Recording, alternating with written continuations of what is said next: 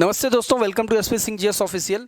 Recently election commission of India ने कुछ list जारी की जो उन पॉलिटिकल पार्टीज़ की जो नेशनल पार्टी का जिनको दर्जा मिला है।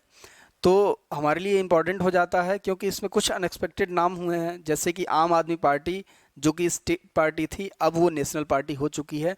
और कुछ नेशनल पार्टीज़ जो कि पहले नेशनल पार्टीज़ थी, अब वो स्टेट पार्टीज़ हो गई हैं, जैसे कि टीएमसी हो गई ममता बनर्जी वाली, तृणमूल कांग्रेस, एनसीपी हो गई शरद पवार वाली, ये भी नेशनल पार्टी का दर्जा था वो छिन गया है। और कम्युनिस्ट पार्टी ऑफ इंडिया, इन सब का दर्जा जो नेशनल पार्टी का था वो छिन गया इन पॉलिटिकल पार्टीज़ का।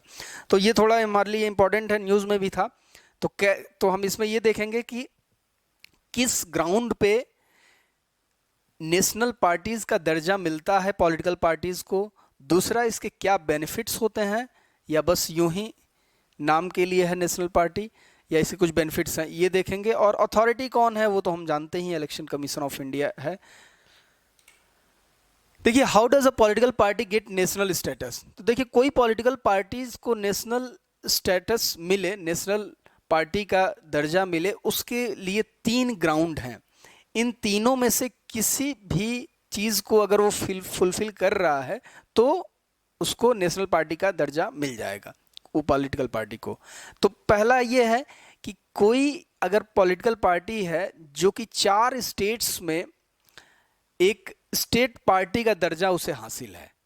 अगर कोई ऐसी पार्टी है, पॉलिटिकल पार्टी, जिसको 4 स्टेट्स में एक स्टेट पार्टी का दर्जा हासिल है, तो उसे क्या मिल जाएगा, वो नेशनल पार्टी बन जाएगी। रिसेंटली जो आम आदमी पार्टी को नेशनल पार्टी का दर्जा मिला हो है, वो इसी ग्राउंड पे मिला है, क्योंकि पंजाब में और दिल्ली में तो इनकी सरकार ही है, तो वहाँ पे तो ये मेजॉरिटी में है ही, नेशनल पार्टी तो है ही वो पंजाब और दिल्ली में। इसके अलावा गोवा और गुजरात, इन दोनों जगह पे इन्हें स्टेट पार्टी का दर्जा हासिल है, और इसीलिए 4 स्टेट्स में ये क्या हो गए, इनको स्टेट पार्टी का दर्जा हासिल हो गया है, और इसलिए ये नेशनल पार्टी हो गई है आम आदमी पार्टी। दूसरा ऑप्शन ये है कि अगर it's candidate polled at least 6% of total valid votes in any 4 और more states in the last Lok Sabha और assembly elections and has at least 4 MPs in the last Lok Sabha polls. देखिए है क्या इसमें पहली बात तो यह है कि टोटल वोट शेयर का 6% चाहिए। अगर किसी पॉलिटिकल पार्टी को टोटल वोट शेयर का 6% मिलता है, वो प्लस 4 स्टेट्स में प्लस 4 MPs प्रीवियस इलेक्शन में अगर जीते हो, अगर ये तीनों चीज़ें फुलफिल करती हो कोई पॉलिटिकल पार्टी, तो उसको क्या होगा, वो भी नेशनल पार्टी का दर्जा हासिल कर लेगी। क्या 6% का वोट शेयर चाहिए, 4 स्टेट्स में 4 MP चाहिए, बस यही है, ठीक है ना। उसके बाद तीसरा ऑप्शन ये है कि अगर कोई political party 2% 2% of the total seats in Lok Sabha from not less than 3 states, 3 states में 2% टोटल जो लोकसभा का सीट है, जैसे कि मान लीजिए 550 सीट्स हैं, वैसे 552 हैं, तो उसका 2% कितना हो गया, 12 हो गया करीब। तो 12 सीट्स अगर इनको 3 स्टेट्स में मिल जाए तो भी क्या होगा, उसको नेशनल पार्टी का दर्जा मिल जाएगा। तो ये 3 ग्राउंड हैं जिनके आधार पे किसी भी पॉलिटिकल पार्टी को नेशनल पार्टी का दर्जा दिया जाता है। अब हम देखते हैं कि कौन कौन सी पार्टीज हैं जिनको नेशनल पार्टी का दर्जा मिला है अभी रिसेंटली। तो आम आदमी पार्टी तो है ही, और बाकी बहुजन समाज पार्टी है, ये भी हम जानते हैं, बीजेपी है पहले से है, ये भी जानते हैं हम, कम्युनिस्ट पार्टी ऑफ इंडिया है, ये भी नेशनल पार्टी है, INC इंडियन नेशनल कांग्रेस तो नेशनल पार्टी है ही, और नेशनल पीपल्स पार्टी NPP। तो 6 नेशनल पार्टीज हैं इस समय भारत में।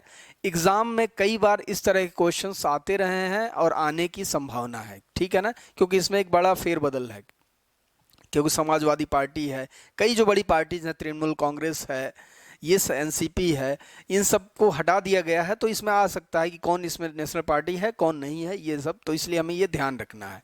अब हम ये देखते हैं कि क्या इसका बेनिफिट्स, अगर कोई पार्टी को नेशनल पार्टी का दर्जा मिल जाता है तो उसके क्या बेनिफिट्स मिलते हैं उसको। तो देखिए, बेनिफिट्स में तो बहुत सारी चीज़ें हैं, जिसमें कि सबसे इंपॉर्टेंट चीज़ ये भी है कि the party could open a central office in Delhi on land provided by the government अब जो भी नेशनल पार्टी का दर्जा मिल गया जिस पॉलिटिकल पार्टी को, उसको सेंट्रल ऑफिस वो दिल्ली में खोल सकती है और उसको लैंड प्रोवाइड करेगी सरकार। तो ये मतलब बड़ा बेनिफिट है। दूसरा ये है कि उन्हें the party can field 40 star campaigners.